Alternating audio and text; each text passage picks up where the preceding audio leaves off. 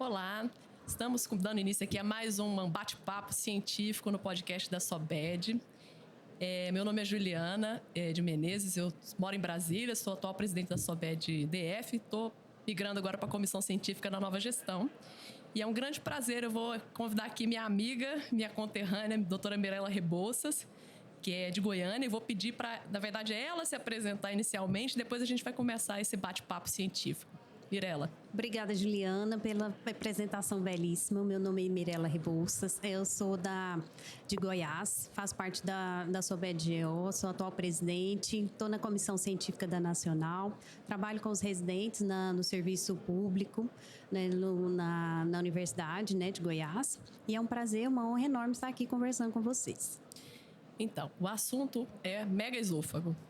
Eu vou pedir para você, Mirela, para quem estiver nos escutando, para dar essa conceituação do que é o megaesôfago e de como é que se procede o diagnóstico desse problema, né, tão comum na nossa região, né?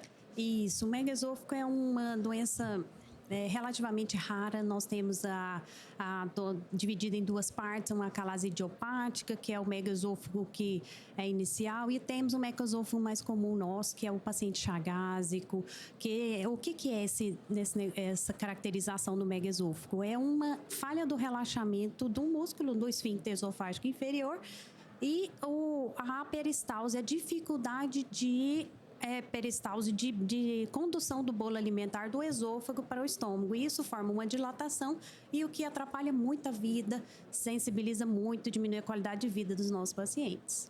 O diagnóstico, como é que você geralmente faz com esses pacientes para fechar o diagnóstico? Porque a gente sabe que às vezes a imagem endoscópica, realmente só a imagem endoscópica por ela mesma não é suficiente, né? Isso, exatamente, Juliana.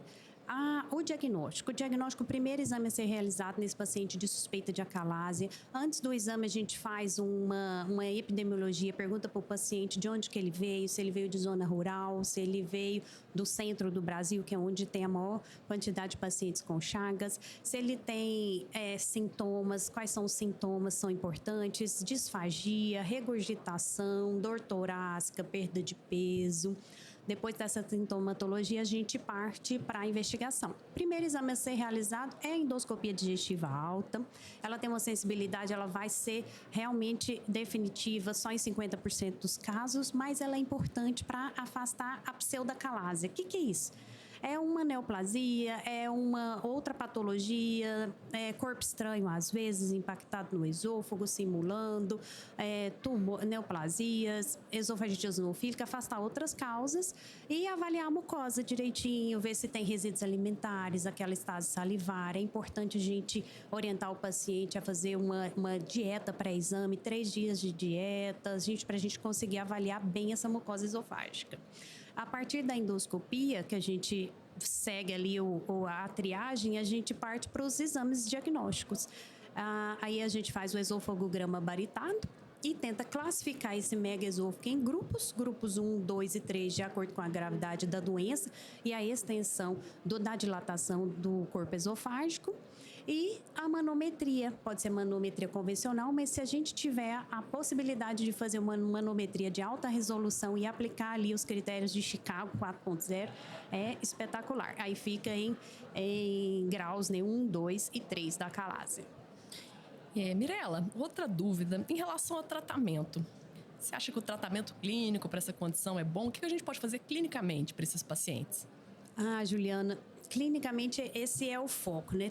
O tratamento, como ele é uma doença que ela não é curativa, ela é paliativa e os nossos pacientes são realmente muito debilitados e vão lidar com essa doença ao longo da vida, então a gente avalia essa questão por critérios endoscópicos. Tem um critério que é muito importante para todo mundo saber que está começando aí na endoscopia, que é o critério de ECAR, que a gente avalia 4 sintomas subjetivos clínicos, que é a disfagia, regurgitação, perda de peso e a dor torácica, e classifica ali de 0 a 12 nesse ECAR.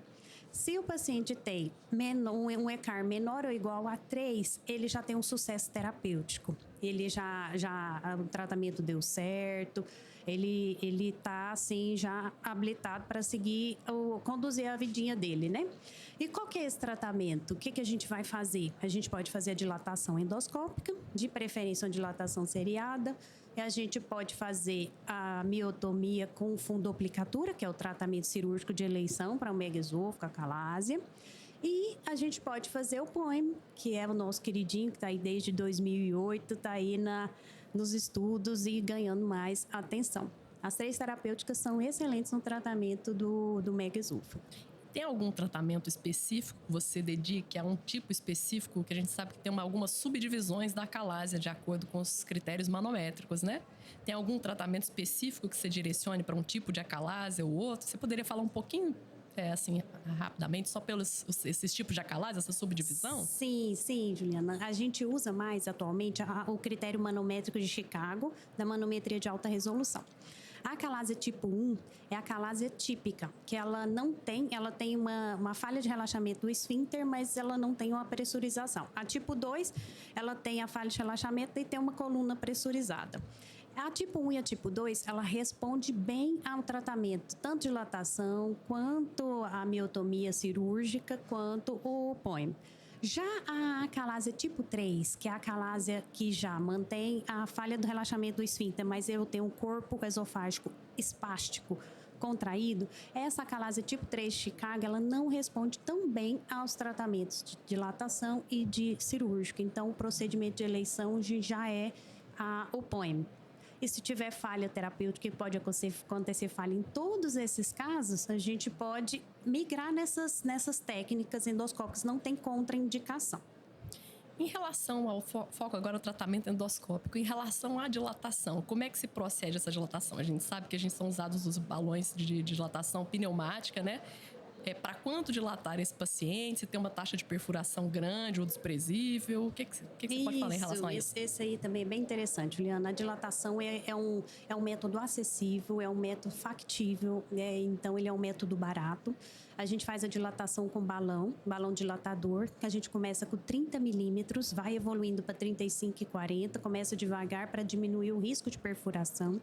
O risco de a dilatação ela é endoscópica, a gente faz tudo via endoscópico, posiciona o fio-guia, do fio-guia a gente posiciona o balão dilatador no esfíncter, com controle fluoroscópio de preferência, infla o balão, rompe as fibras musculares circulares para fazer aquela abertura do esfíncter e depois a gente faz a revisão endoscópica. O risco de perfuração existe, é em torno de 2%. Em relação ao POEM, esses pacientes têm refluxo muito comumente após o procedimento. Como é que é feito o manejo desses pacientes que são submetidos a POEMs? A gente sabe que a resposta clínica costuma ser excelente, né, comparada aos outros métodos. Mas, em geral, mantém-se IBP para esses pacientes a longo prazo ou não? Isso, você tocou no ponto da questão que está sendo discutida atualmente. O POEM é a miotomia endoscópica peroral.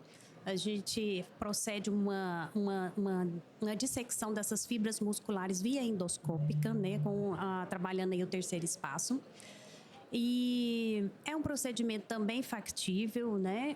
E ele tem riscos também, o risco de perfuração é menor. E o maior problema do POEM que é bem discutido, é a taxa de doença de refluxo pós-procedimento. Após 5 anos, pode chegar a cerca de 30%. E aí, o que acontece? Esses pacientes, eles podem usar IBP a longo prazo, tem uma boa resposta, mantém qualidade de vida, você pode manter o IBP e pode ser estudado outras técnicas. Se o paciente não controla a doença do refluxo com IBP, com medidas clínicas, ele mantém ainda sintomático, a gente pode fazer uma fundoplicatura cirúrgica e pode fazer algum procedimento endoscópico, que é a nossa visão do futuro aí, trazer isso para o dia a dia. Outra questão é em relação ao segmento desses pacientes e principalmente rastreio de condições neoplásicas ou pré-neoplásicas, que a gente sabe que esse grupo de pacientes de acalásia tem um risco maior, principalmente para carcinoma espinocelular de esôfago. Como proceder? Faça cromoscopia nesses pacientes, convencional, cromoscopia digital, pós-POEM. Como é que você faz para ter um bom clearance esofágico para poder visualizar melhor essa mucosa? Ótimo, esse tema também é excelente.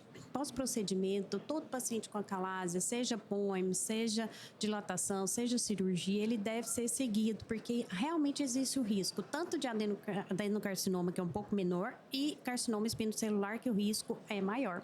Tem na literatura agora recente, chega até a 30%, 40% depois de 10 a 15 anos de doença. Apesar de todos esses dados robustos que realmente aumentam o risco de neoplasia, não tem uma determinação, um guideline falando específico, principalmente da Associação Americana e Europeia. Tem alguns guidelines da população mais de Israel, de outra região, né, mundial, falando que a gente pode seguir esses pacientes a cada 3 anos, depois de 15 anos de doença. Como é que é feito esse segmento? A gente precisa de uma endoscopia, igual você falou, com clearance esofágico bom. Eu preciso ver esse esôfago. Então, a gente precisa de uma dieta líquida. A gente pode, às vezes, fazer a limpeza esofágica. Eu preciso avaliar bem a mucosa e eu posso usar corantes. Esses corantes são... para a gente avaliar o adenocarcinoma, que o risco é um pouco menor, o ácido acético, 1,5%, e o Lugol, que é para avaliar o risco de carcinoma espinocelular, também 1,5%, e a gente pode seguir, fazer essa detecção precoce e seguir a um tratamento curativo dos nossos pacientes. Mirela, queria te agradecer muito por esse bate-papo, foi ótimo, super elucidativo. E vou passar a bola para você, que agora você vai escolher uma música para a gente encerrar essa nossa conversa. Juliana, foi ótimo, espetacular. Eu quero agradecer a SOBED novamente por ter essa oportunidade, né, de mostrar esses conhecimentos para os nossos residentes, quem quiser estar assistindo. E eu escolhi a música do Trem Bala, que é para dar uma tranquilizada no coraçãozinho desses nossos pacientes chagásicos, de acalásia, que são sofridos. Uma música calma e tranquila, espero que gostem.